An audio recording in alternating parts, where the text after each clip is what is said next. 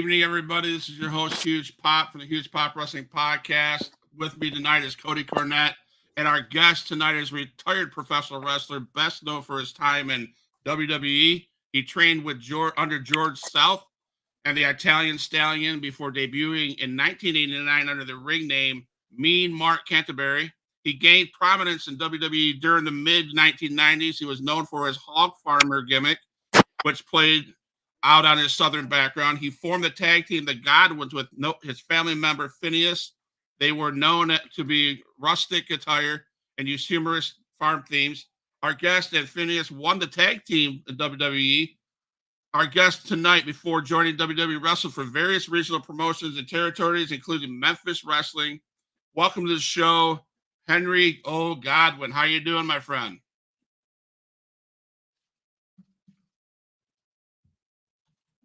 Hello? Yep, you're there. All right. Thank you for coming on the show. I appreciate your time. And I guess the first thing I need to know is, can you tell us about how you got started in professional wrestling and what inspired you to do what you do?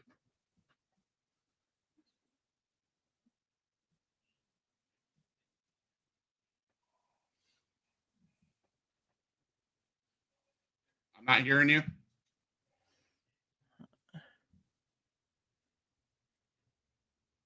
Oh, Mr. Godwinn, I think we have a audio communication here. He has a full. Let me see if I can't kick him. Get that one from studio.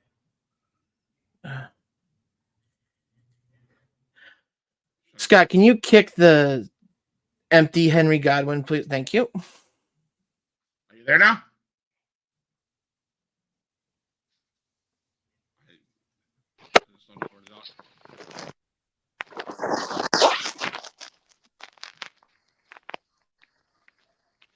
You there? There you go. Yep, we can hear you now. Awesome, man. I don't know if you heard anything I said. A little bit. Live TV, folks. All right. Welcome to the show, Henry O Godwinn. So, can you tell us how you got into the business and what inspired you? Yeah, when I was young, my grandfather got me into watching it, and I wrestled in high school, and I've always liked the sport. And I met George South, an Italian Stallion, and they trained me for a couple of years, and then I started going to WCW, and that's how it all started. So when you were in that WCW, that's where it's Shanghai, right? Is that WCW? That's right. Yeah, Tex and Shanghai. And then this is a picture, I believe, of you maybe in WCW. That's it. Yeah. I was getting ready for the interview, and I have a friend that I watched in independent wrestling over down in Panama City Beach, Florida here, Damian Wayne. I don't know if you've heard the name. Oh, yeah. But he just told me, he goes, you gave permission to his trainer to use the gimmick once you were done with it. Is that true? One of the guys I know, Brandon Bailey, he's doing it. Okay, that might be his trainer, so I have no idea. But he told me that you're a good guy, and now he sent me that picture, so I had to put it up there. So he even bought my Shanghai boots, the black and red ones that had the state of Texas outlined on. Oh, wow. He's got them, yeah. That's awesome. So I have a question about the Shanghai gimmick. It is rumored that Dusty Rhodes put you under the mask because he was afraid that your good-looking manner would be too hard to keep you a heel, so they put you under the hood. That's true. Our gimmick come about because Dusty loved old westerns. Yep. And he watched Gunfight at OK Corral, and Tex Schlesinger and Shanghai Pierce were cattlemen in the movie. So that's where our gimmick come up with. But yeah, Dusty come up with all that, Barry Windham and Mike Graham. But Dusty was the main source of that. And he said, I had a baby face, and he said Tex was ugly enough. He didn't need a mask. So before we move on from WCW, I know that between the years of 92 and 94, they had a bunch of different head honcho changes between Jim Herd, Bill Watts, so on and so forth. What were your experiences with each, and if there was any, and what was your experiences with the Booker at the time? Well, I tell you how I was going down with George and Stout being an extra. I think my first person to work down there was PN News. And I worked Ron Simmons, and I worked Elegante and a couple other people. And then I worked Cowboy Bill Watts come in and took over. And Eric Watts had just graduated from Louisville playing football. So he got in the business. He was green. And I'd only had 2.5 years of experience. But we had a hell of a match at Center Stage in Atlanta. And Jody Hamilton and somebody else come up to me and asked me if I'd go on the road sometime and work Eric, and I said yeah, and they go, well, can you go tonight? So that night. So they wanted me to go that night. Yeah. So man, I'm flipping out, and I got to do it. Hell. Right, of course.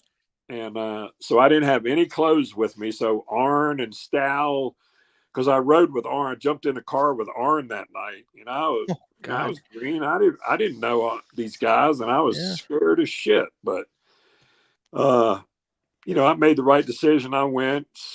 Arn give me, I think, a pair of Zubaz. The Stow give me some clothes, and I went on the road for a week, and rode with Arn a couple nights, and then I got in the car with Harley Race driving, Hercules Hernandez in the front seat, and Mia Barbarian in the back seat. So that's a who's who. Jeez. That'd have been less than 3 years, and I'm in the car with 100 years of talent. Exactly. Wow. Like, what better way to learn? Damn. Yeah. Right. I roomed with Barbie that night. Of course, I went out drinking with them three, which is my first damn mistake. Because Barbie ended up helping me to the room, and me and him roomed together that night. And I was a young kid, been in the business less than 3 years, scared shitless. Right. But that was a good experience being with them. And wow, poor Harley, he was driving, and we were in Texas. Oof. And just the road is straight as far as you can see it. This is night. And he's got his cooler. We're in a minivan. And he's got his cooler in the back. He says, "Kid, when you hear this," and he crunch a can, throw it out the window. He says, "I want to hear." Psh. He wanted another one open. So I had to keep. I forgot the first time, but I didn't forget no more after that. I bet you didn't. Wow. That's awesome. Like Cody just said, holy cow, to be 3 years in the business and riding in a car with legends. Exactly. Yeah. That's amazing to me. So I guess I asked this question a lot. How important when you were in the car, was it for you to listen to what they had to say and the advice that they would give? Well, that's what George South told me when I looked like I was getting my break. He said, just listen, be humble, and be respectful, and you'll learn all you need to learn. And I just, I give respect, and I want respect back. That's just how I was raised, how I was trained, and everything else. So, I just shut my mouth and listened and watched and learned that way, which helped a lot, being around Wyndham. And when me and Phineas finally got together, when Dusty put us together, we started riding with Barry Windham. He took us under his wing, and oh wow, it was very helpful to me in Tex, and he was a lot of help to us, and so we got a lot of history with Barry. Awesome. So now, did Vince McMahon, did he create the character? Did he come up with the character idea of Henry Godwinn, the farmer? Yeah. Flair come back out of retirement in like 94, and me and Hunter and Phineas got let go from WCW, which was a blessing in disguise. Because, it was fun down there. It was a learning experience, but right. I was telling somebody the other day, when I went to WWF, it was more of an opportunity. It felt more like the boys were all there to help each other, and like it was just night and day, because Right. Vince was promoting young guys and they were keeping the old guys in WCW. So Yep. it was, WCW was fun, a good learning experience, but my knowledge and everything really kicked in after I got to WWF and opportunities. So you said you got the first call at night and told you wanted you there that night. Now, did Vince just drop this gimmick on you guys the day before a show, or did he give you some time to? Oh no! Well, when we got let go from WCW, I was off maybe 4 weeks, and Harley and Kevin Nash spoke for me up north. So the office up there called me at home, flew me up to the office in Connecticut, and I went and met with JJ Dillon and Vince for about 3.5 hours. Wow. And by the time I left, we had the name down, and we had talked over, sort of what I was going to wear. And just to throw this in, I cleaned the building out here at my house the other day and found this. I got to show you guys this. This is the original drawing. Oh my God. Wow. It says character development and costume design for Mark Canterbury. And then that's what they come up with. Oh my God. That is awesome. Yeah. So I found that it's dated. It's got the artist name and it says 1094. That's sick. Wow. That is a piece of history right there. Yeah. I've already been offered like $1,200 for it. That's awesome, man. Damn. That is really cool. But yeah, just the original. So when they told you your name was going to be Henry Orpheus Godwinn or Henry O Godwinn, did you already put it together that the initials spelled hog? Or no, like I did before I left that day, but I just, because Vince gave me the name Orpheus because it was somebody in his family was named that. I don't know if it's wow. I can't remember his granddad or uncle or somebody, but that's how I got that name, from somebody in his family. And he come up with the Henry and the Godwinn, and then he threw the Orpheus in there. So he was already thinking that day what he wanted.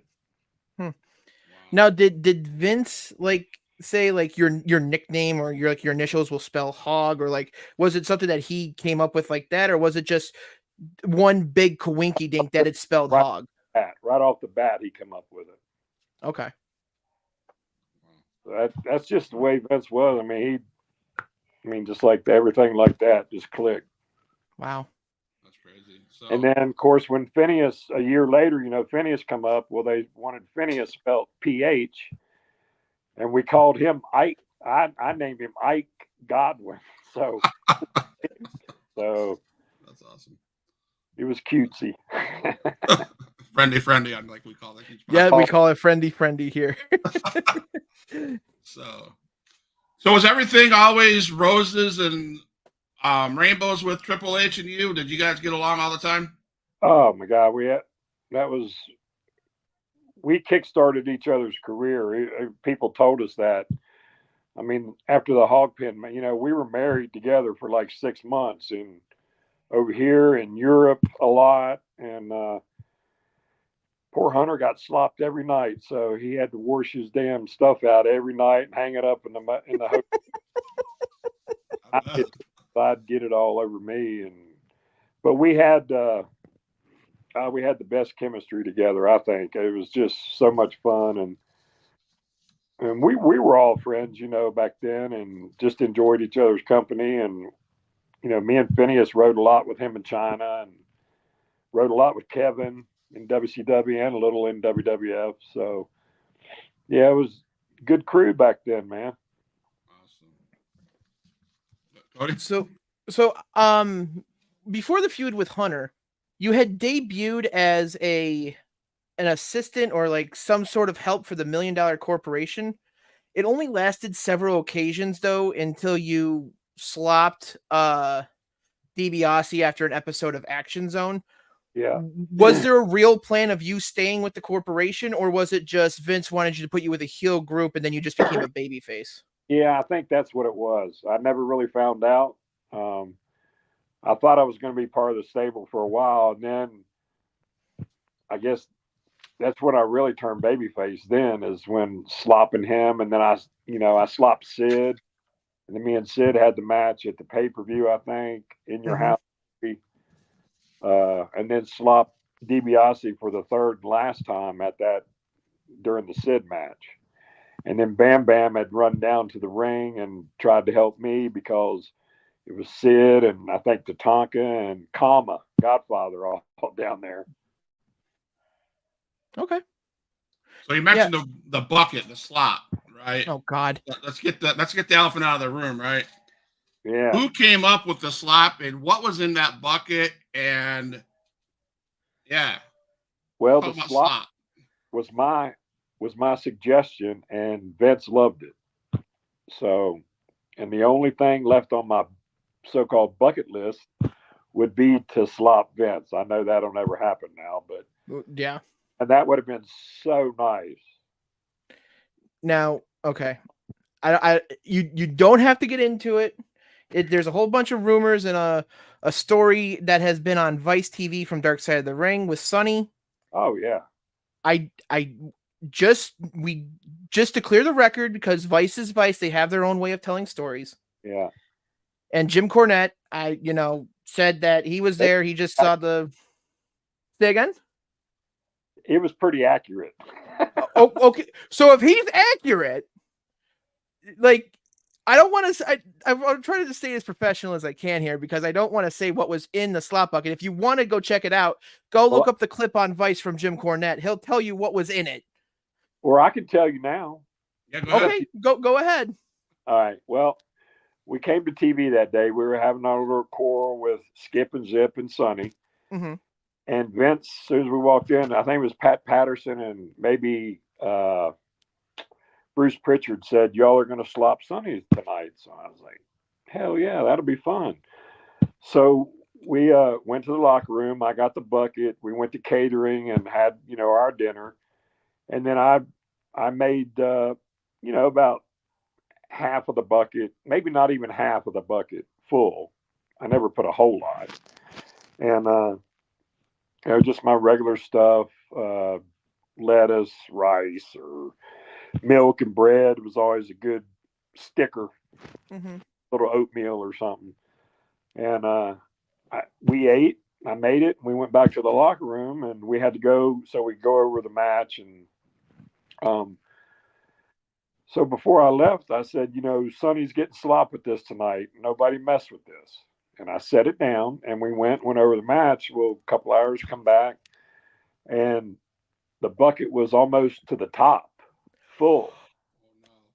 So I heard, through the grapevine what had happened, that two little sneakers got the bucket, went in the bathroom, and and the boys were dipping and spitting and Jesus. Like Cornette said, I think he said there was like 23 different DNAs in the bucket. Yeah, so. That's what that was a high number, he said. Wow. So actually I had to pour a little bit out before I took it to the ring. I didn't want it on me. So you fully knew what was in this bucket before you went to the ring? Well, I didn't until I got informed, and catering was put down, so I couldn't go make new slop. So on the subject of Sonny, geez, wow, that sucks for her. I mean, she's in a lot worse situation now, but like still, that sucks. Yeah, I would take slop every night to trade with her where she is now. Good right, Lord. Exactly. But speaking of Sonny, was she? Cornette has always called her an upfront "see you next Tuesday." She was always upfront about how she was. But was she easy to be around with if you were her friend? It depends on who was around. Okay. At times she could be pleasant. At the building, she could be a douchebag. So it just, it's just the way she was. That was her, and I'm not saying anything any of the other boys from that era that knew her would say. They wouldn't say anything different to what I said. She was sneaky and she was hard to work with, but sometimes she could be pleasant. And, the magazine that come out right after that was one of the top selling magazines. And Yeah. actually, we were at the gathering in Charlotte last month, me and Phineas, and somebody had bought 2 magazines in, 2 different people that already had Sonny sign it. So Oh my God. they were tickled to death when me and Phineas, so there's a triple signing on the cover of that magazine, and they said it was worth a lot if they could get the triple on there. So that's fun. Yeah, so we signed 2 last month, the triple signings. So Wow. I'm thinking about putting $100 on her books and sending her a magazine, see if she'll sign mine. There you go. I mean, that's a deal. That is. Sounds a good deal to me, honestly.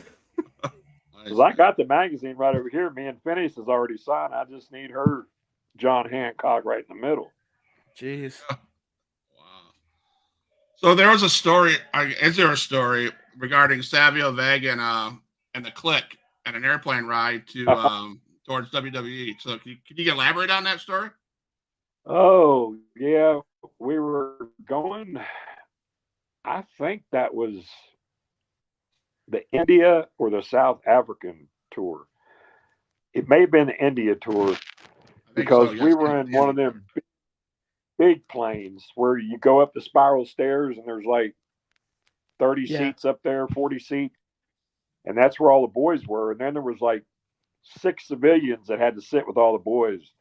And I know they were in torture because there was all kinds of ribbon going on that night and drinking. And, you're on like an 18-hour flight. There's a lot of time. And Savio had fell asleep. And Razor and Kid had marked his face up with a permanent marker. So when he woke up, went to the bathroom, he seen it, and he was hot. So as one would be, yes. Kid and Razor made the mistake of falling asleep, and Savio clipped a lot of long curls out of her hair. Oh no! That was laying over the seat because they were sitting in front of him. So Savio went and clipped some of their hair off. So it was. Oh my God in heaven! Out fine. The boys being boys. That's an awesome story, man. Cody. Yeah. So later on, after the whole Sonny thing in '97, you have already become a 2-time tag team champion after defeating both the Bonnie Donnas and the Headbangers. You guys go into a feud with the Legion of Doom in '97, and an infamous moment on Monday Night Raw where you are up for the Doomsday device. It happens, and bad day at the office. A cracked C7 vertebrae, and you were advertised by doctors. It says for 15 weeks, but you returned in less than 2 months. So I returned in 6.5 weeks. I was back on the road, and Vince had a trainer with me. We called him Coach. He was a trainer. So he would work on me every night. And I wrestled for 7 weeks with a cracked C7. And finally I got to where I couldn't do it no more. I was losing strength in my arm, and we were supposed to win the belts the night Vince sent me home to get this taken care of from Road Dogg and Billy Gunn, badass Billy Gunn at the time. Oh wow! Because we were Southern Justice when I come off the road. We had done switched over to Southern Justice, and we were with Jeff Jarrett, and we were supposed to get the belts that night in September for the third time on Raw. And they wanted me to go home and get this taken care of. So they didn't want to put the belts on us with me going home. So that was it. Well, my question was there any heat towards Hawk or Animal? Was there any heat between the four of you? Anything animosity wise, or was it just, like I said, another bad day at the office? Well, I knew Hawk wasn't in his right mind at TV, and that's why I didn't want to do it. So I told the office, I don't feel comfortable doing it. Phineas spoke up, said he would do it. He's taken it before, knowing that Hawk wasn't in his right mind, and I didn't stooge him out. I think me and Animal suggested that we go down as one, like the electric chair. Mm-hmm. And the office said they wanted the flip. So sure enough, I did it and broke my damn neck. And I called it before I went out there. So you said you were supposed to win the titles from Road Dogg and Billy Gunn when you were Southern Justice with Jeff Jarrett. Was there a plan involved for Jeff Jarrett to get back, like, either the European title or the IC title, and you three have just all the gold with Tennessee Lee? I don't know, because we never got, it got put on hold. So I don't know what they had planned, but Robert Fuller was our Colonel Parker. Yep. He managed us for a little while.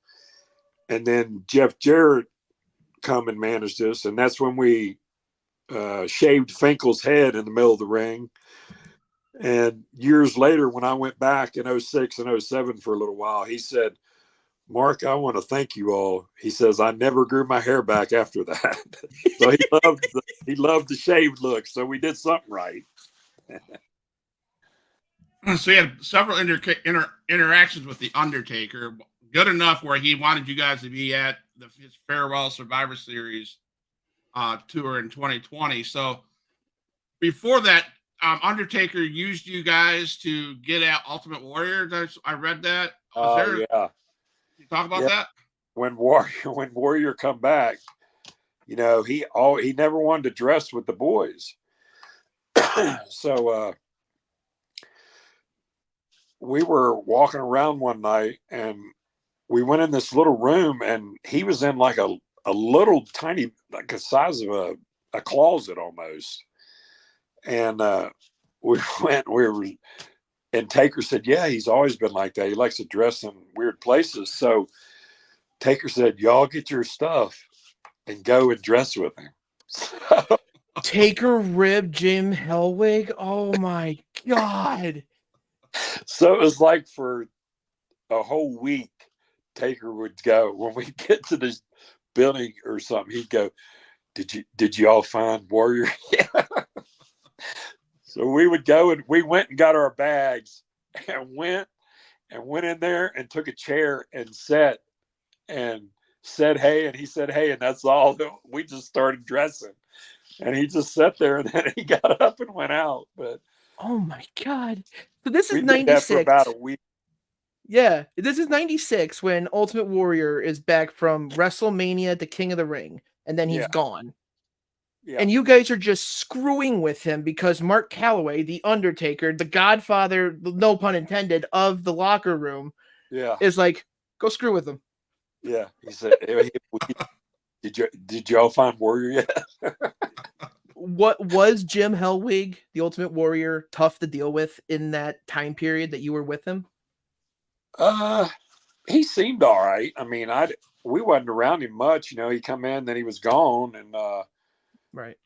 But we never worked with him, so I can't really comment on any of that. But he seemed all right. So it must have been an honor to be asked by the Undertaker to come back in 2020. Oh yeah, we were heavy into BSK then, so. Yeah. So you brought up BSK. There was also the Click. Were you two at odds? Was there mafia in war fighting, or was it like you guys all just sat together, played dominoes, and just did your thing? Well, that's how the name got put out and everything, because we were hanging around. The BSK was hanging around a little anyway. It was, me and Taker and Godfather and Sabio and Fatu and Yoko, and then sometimes Brian Crush would hang with us, and so it was. And then we played dominoes at the building, and Yoko and Taker come up with the Bone Street Crew, and I still remember we went into a bar one night and walked in, and Yoko and his big voice said, BSK in the house, bitches. And that's how it all started one night. Nice. Oh gosh. So Yokozuna, obviously the cat's out of the bag, everybody. We all know he's Samoan. But he played a Japanese sumo wrestler. But what were you ever in the ring with him? And was he as athletic and have the cat-like agility that everybody says he does as a big man?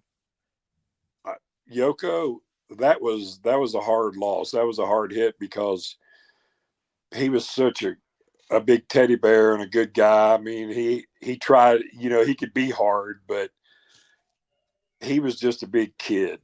His smile and laugh would light the room up. And so that one was a hard one, because before Phineas come up, if we were out on the West Coast, he would invite me to come to his house. I mean, I've stayed at his house probably 4 or 5 times. And wow. Yeah, me and Yoko got to work 2 times, and it was on the India tour. Oh, wow. And I got to tell this story. The first night we worked, there was like 100 and some thousand people in outdoor Gandhi Arena. And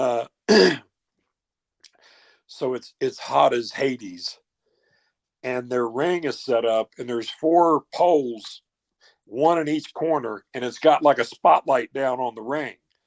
So it makes it even hotter. Right. And you can see the first couple rows, and then the glare from the light. There was 100 and some thousand, like 140 or 50,000 people in outdoor Gandhi Arena. And me and him were getting ready to lock up. And there's bugs flying around that are this big that we've never seen before. Nothing like it over there. Yeah. So here's Big Rod, Yoko, selling these bugs, landing on him, and he's freaking out. But yeah, we had a couple matches over there, and he was easy to work with. And I mean, he was 600 pounds then, but damn, he could still move and bumped and everything. Jeez. Well, you mentioned Yokozuna, and I'm going to have a chance to interview Samu in October and talk to Alpha and Vertigo Rivera. Did you have any interactions, any matches with the head shrinkers, Alpha and Samu? Did you get no interactions? Okay. Just meeting them and going. I think we went to the school in Pennsylvania, signed the wall up there, and when they had the school. But yeah, the only time I think I worked with Fatu, I mean, we hung out all the time, but I don't think we ever worked each other. And the only time we worked together was in the Survivor Series with Taker, when he wore the Phantom of the Opera mask. Yeah.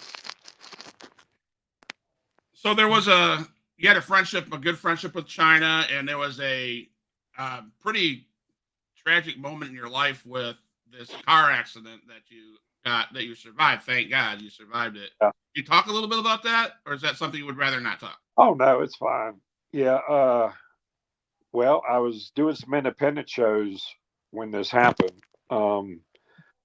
And the week after my wreck, I was supposed to go to Charleston and pick China up, because she was going to fly in for a show we were doing here in West Virginia.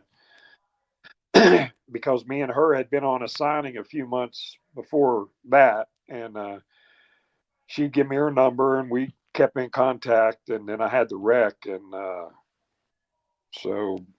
but China, yeah, she was a sweetheart, hard worker. I know she got off track there for a while, but she was dedicated and strong and just a good friend and nice to be around. Awesome. Cody? Good. You had mentioned before that you came back into the WWE in about roughly 2006, and you were there until about a little after 2007. What was the role that you were there for? Was it to be a developmental coach down in Deep South where you were for the most of the year, or were you also like a travel agent, or not travel agent, but a road agent, or anything No, of that nature? they had put Terry Gordy's boy with me. Don Gordy or Ray Gordy? Yeah, and Ray. Yeah, and they were they were trying to do something there, and he was a good kid. It just didn't work. The chemistry wasn't there, and different eras. Right. Me and Phineas been together for 32 years and never had a cross word, and everybody says we're like the 1%ers because a lot of tag teams don't get along. That's like you, Dudley Boys, Edge and Christian, Hardys. Yeah. Um, that's all I can name off the top of my head that either don't have a partner that's already passed away or both are passed away. Right. Yeah, but fun fact, Ray Gordy and Drew Hawkinson became the Gemini twins that were managed by Simon Dean on SmackDown in the mid 06 era. Yeah. So After I left, yeah. yeah. So when I'm doing interviews, I throw in some random shoot questions. So Oh boy, here we go. These are fun. I want to, just give me your shoot answer. So, favorite food?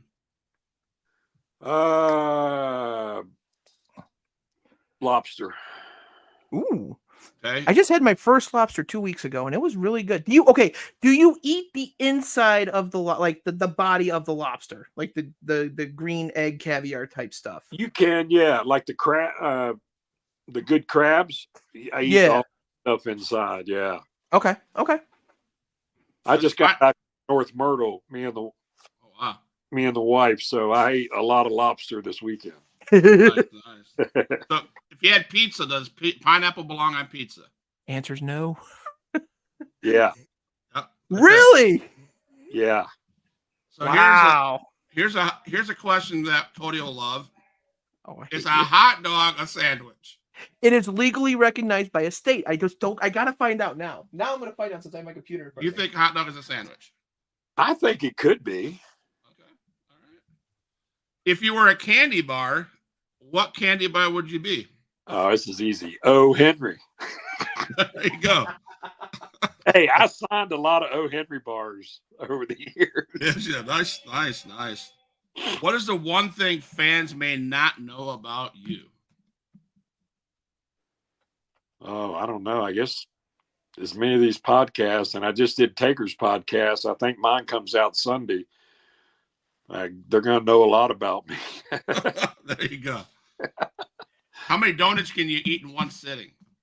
Back in the day, I could eat 6 or 7. Now, maybe 1. Do you believe in superstitions?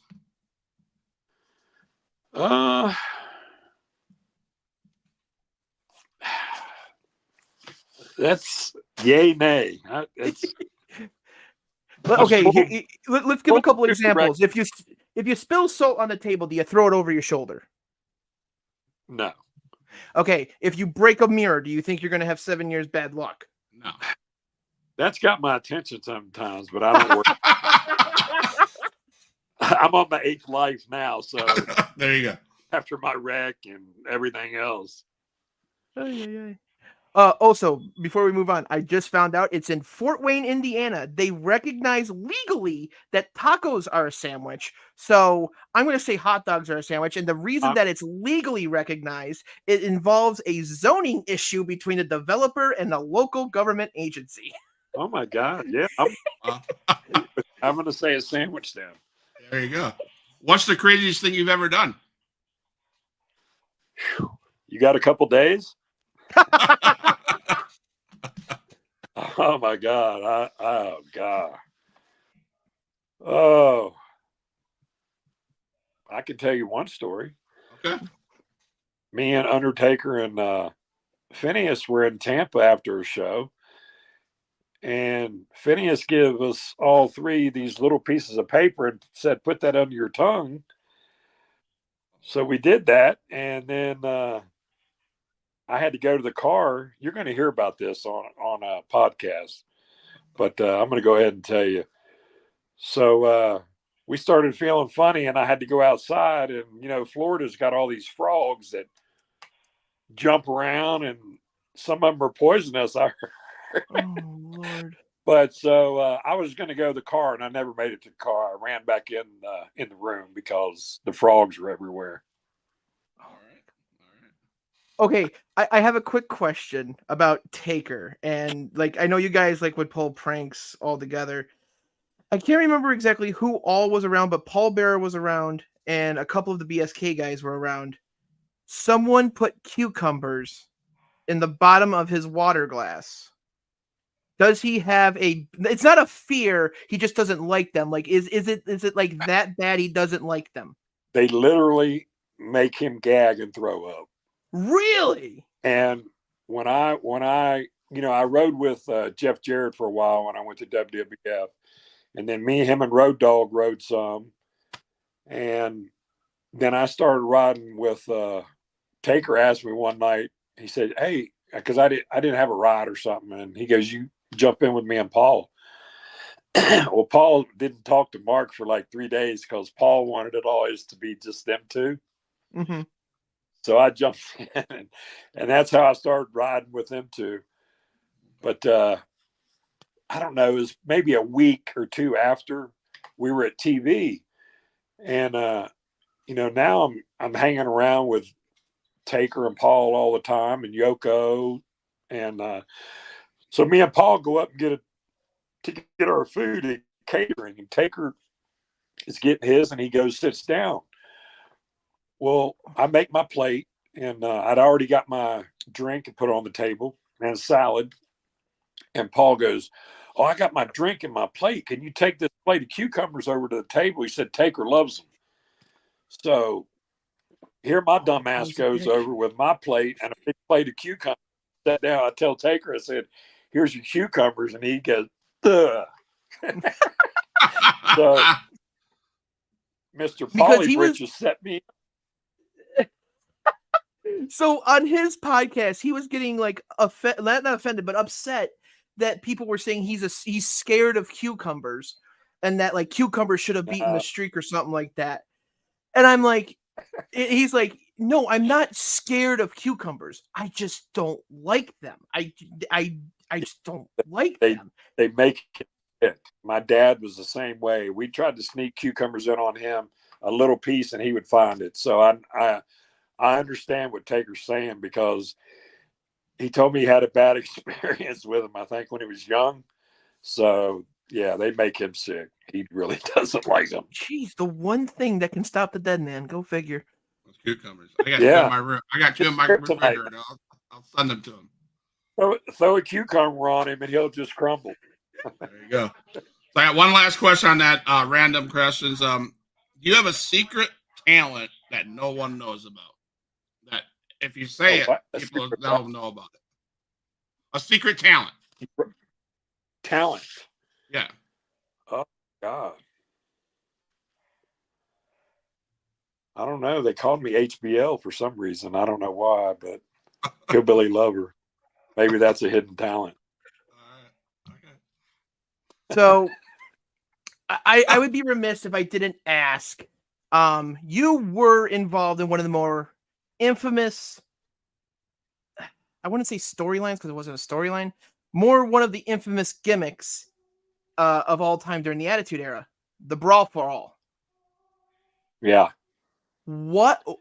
I saw the Vice thing. I still to this day can't understand why Vince Russo did something so stupid. But what was it? How is it pitched to you? You just answered your own question and told everybody. Vince Russo. Right, I know. Yeah. I'm just saying, like, how was Vince the one, not McMahon, but was Russo the one that pitched it to you, or was it someone else? It was I think it was Russo and Pritchard, because Vince Russo wanted to do this because he hated Bradshaw. But yeah, see, I just had sinus surgery done, and they kept talking me into it, saying they wanted me to do it. And so when me and Bradshaw fought, we connected with each other a few times. His nose was bleeding, and he had hit me right here, and my face was numb from that surgery I just had. But he popped me, and my face was numb for like 4 weeks. So, but that was hard on the boys, that whole thing. I was going to say, did you agree? Do you agree? Like, looking back at it now, do you agree that was something that could have been stopped? Oh, it should have been stopped, because Dr. Death, they thought Dr. Death was going to beat everybody's ass, and he ended up getting knocked out. So by Bart Gunn of all people. So that was who they were hoping would win, and it wasn't rigged at all, because people were getting knocked out. I mean, that hurt some of the boys' careers, I think. So stupid too. Like, why? Like, I get why Vince did it, because he wanted to prove something to Bradshaw, but Yeah. like, you're doing nothing for no one, and then you end up having this stupid random brawl for all match at the end of WrestleMania, or in the middle of WrestleMania 15 with Butterbean, and it doesn't go a full round. Yeah, that was horrible. And then Bart got served up to Butterbean. That was all a horrible thing.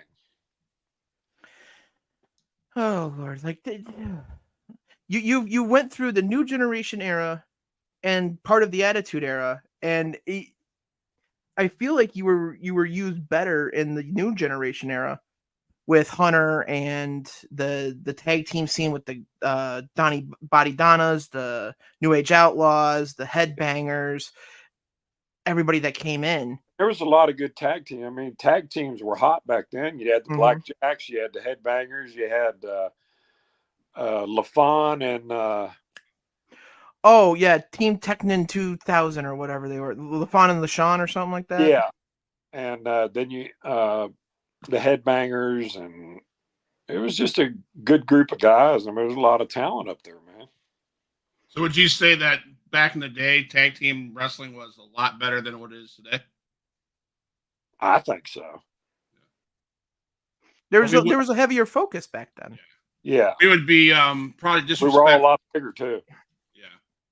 We'd probably be disrespectful if we didn't talk about Hillbilly Jim and Cletus. Yeah. I mean, can we talk about that? Can we talk about your relationship with Hillbilly Jim, Cletus, and how that gimmick and all that worked together? Well, of course, Hillbilly Jim was a special guest referee in mine and Hunter's hog pin match. Mm-hmm. And then after that, they finally, after a year, brought Phineas up. He was in Memphis at the time, and they brought him up and put us together, and we picked up right where we left off, man. So, and Hillbilly was great to work with. We learned a lot with Hillbilly, and he was our mouthpiece while we could be goofy and play with the pigs. And after a while, after broke the neck and everything, he didn't want to be part of the heel scene.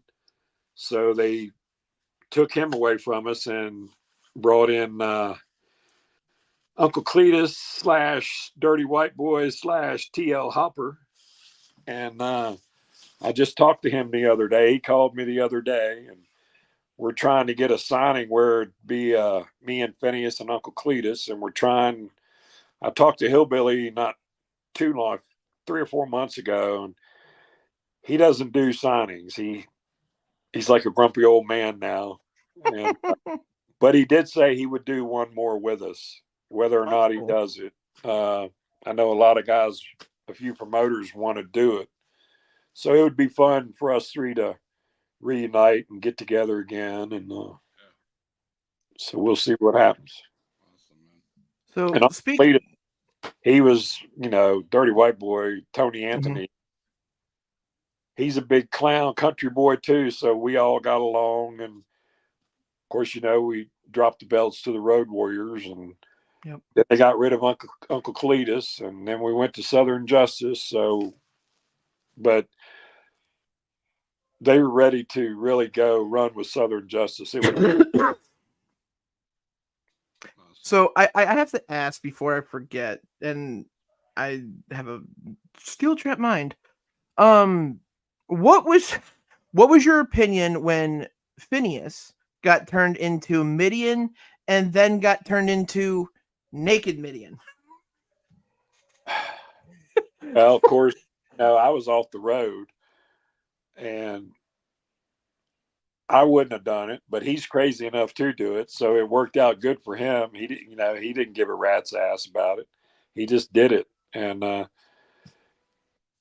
then that was the end of it.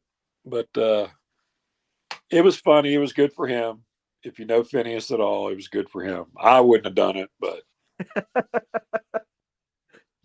that's what makes the world go around. We're all different, but we're all the same at the same time. So that's right. That's right. So, as a legend, what kind of advice would you give an up and coming person to get into the wrestling business, coming from a legend like yourself? I don't even know if they'd listen to us now. It's so different. I would say work hard, train, stay focused, shut your damn mouth and listen and respect who's paved the way. But, everything's changed now. So I don't know if they'll take that advice or if they know it all or whatever. But that's how I learned. When you go to like different signings or when you were in indie promotions, were there young guys coming up to you saying, "Hey, would you watch my match or give me critiques or stuff And like that?" And that's because I like watching people's matches. Because where they stand and if they're going to go anywhere. So yeah, I've seen a lot of good young guys and girls over the years doing the independent stuff.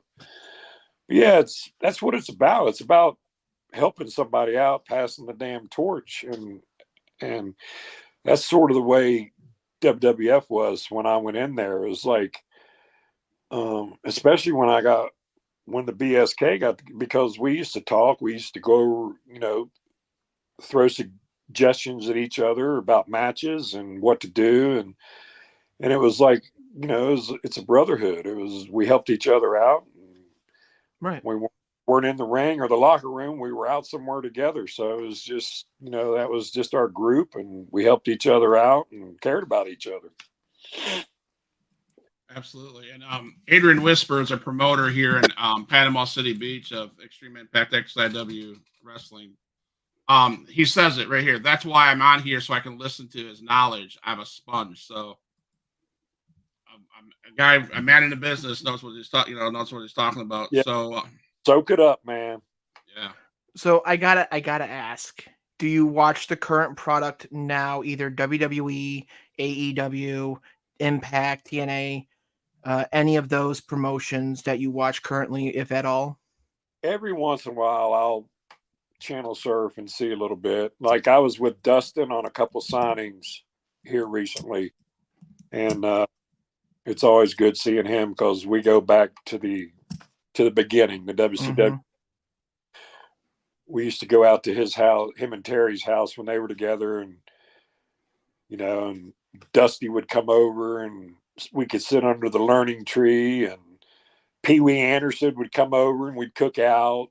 And so it was a good time. And we even down there, Stone Cold lived about an hour from us, so he would have me and Tex down sometimes to his house when he was with Jeannie when they were together. So yeah, we got to do some cool stuff.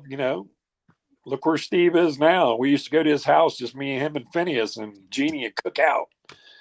But yeah, I was telling somebody the other day there was WCW run a team and a B team. Well, here was our B team: me and Tex in Shanghai, me and Phineas, Mm-hmm. Steve Regal, Brian Pillman, Dustin Rhodes, Steve Regal, Steve Austin. That was the B team. B team. Holy cow. That's a hell of a B team. Yeah. Wow. And Yeah, Bagwell and Scorpio were on them because we worked them a lot. Wow. Was Buff Bagwell easy to work with? I've heard different stories across the board from everyone. When he was on, I loved working with him. And we worked him at Beach Blast. Okay. 93 maybe. 92 or 93 Beach Blast.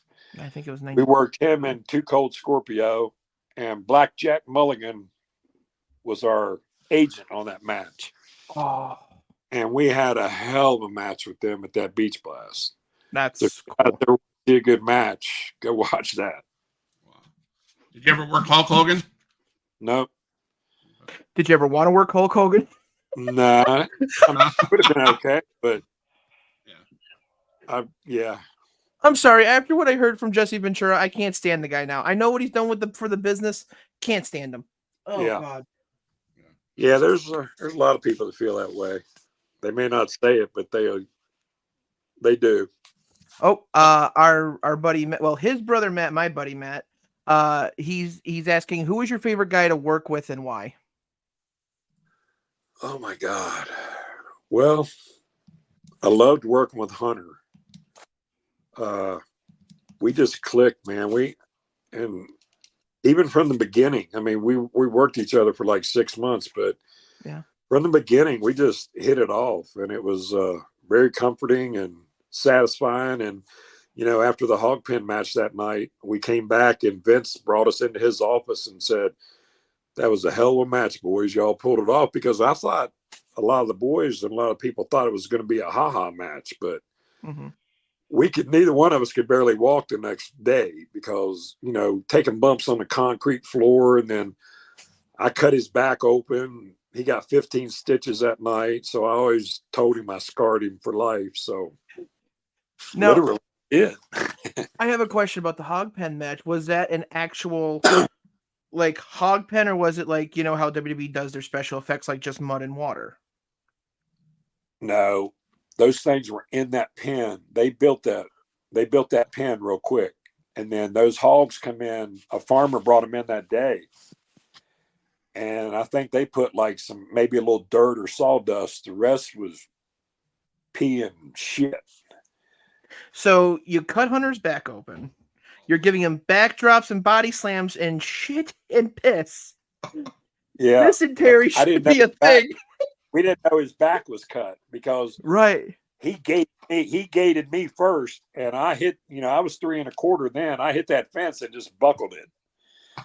So when I threw him into it, it had those sharp edges, and it just sliced him open. And we didn't know it till after the match, and because I pressed him, it slammed him in that stuff, and then we were afraid he was going to come up with some weird swine disease.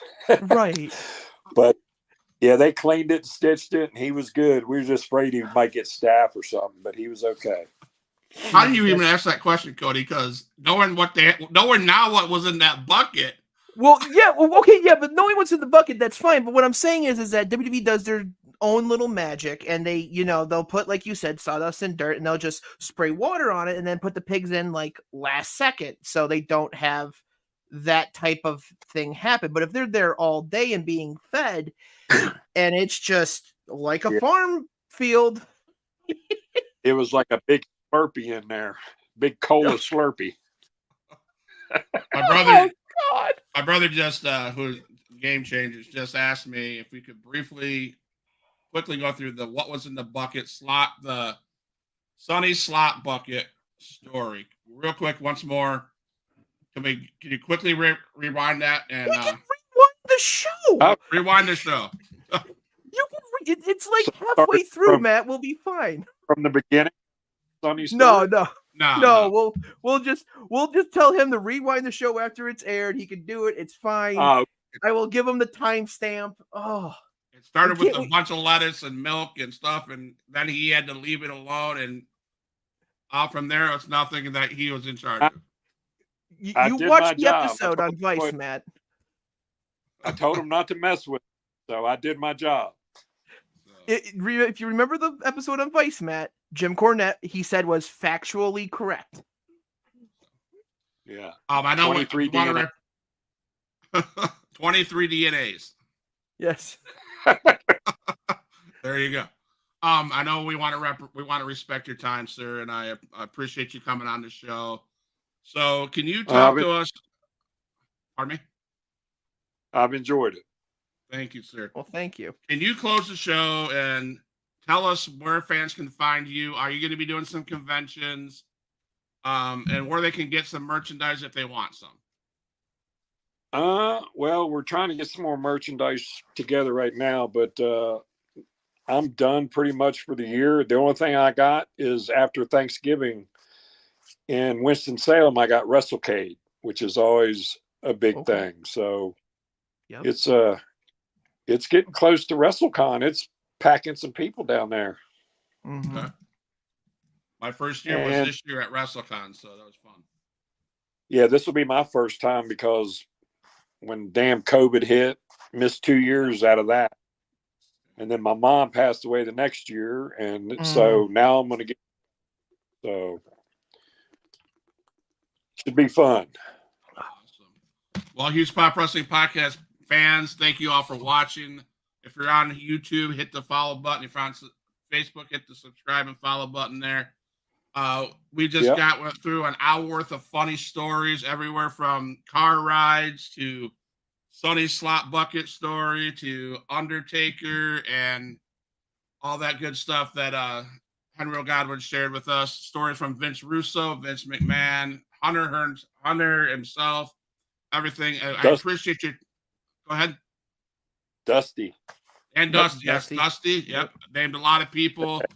I would honestly tell everybody that was watching, I would be posting this on YouTube tonight. I will share it with my Facebook on his Facebook page. You don't want to miss this episode. No. This was fun. It was enlightening. It was interesting at that.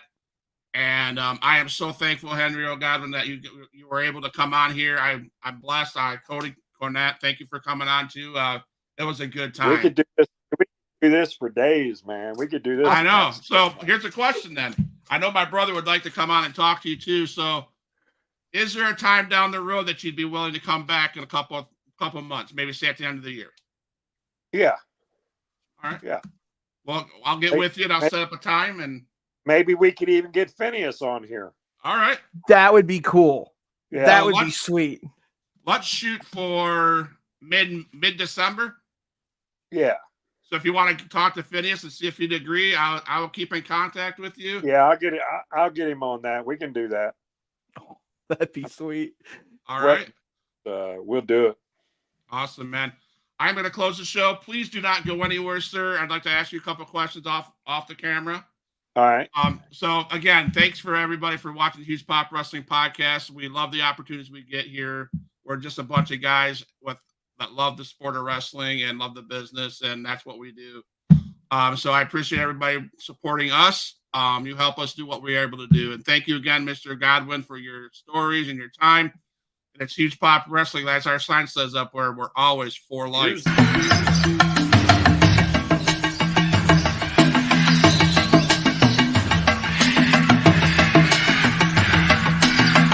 Father.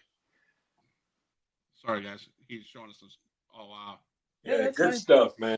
That's history. Yeah. That's my BSK wall. Awesome. Well, thank you guys for watching.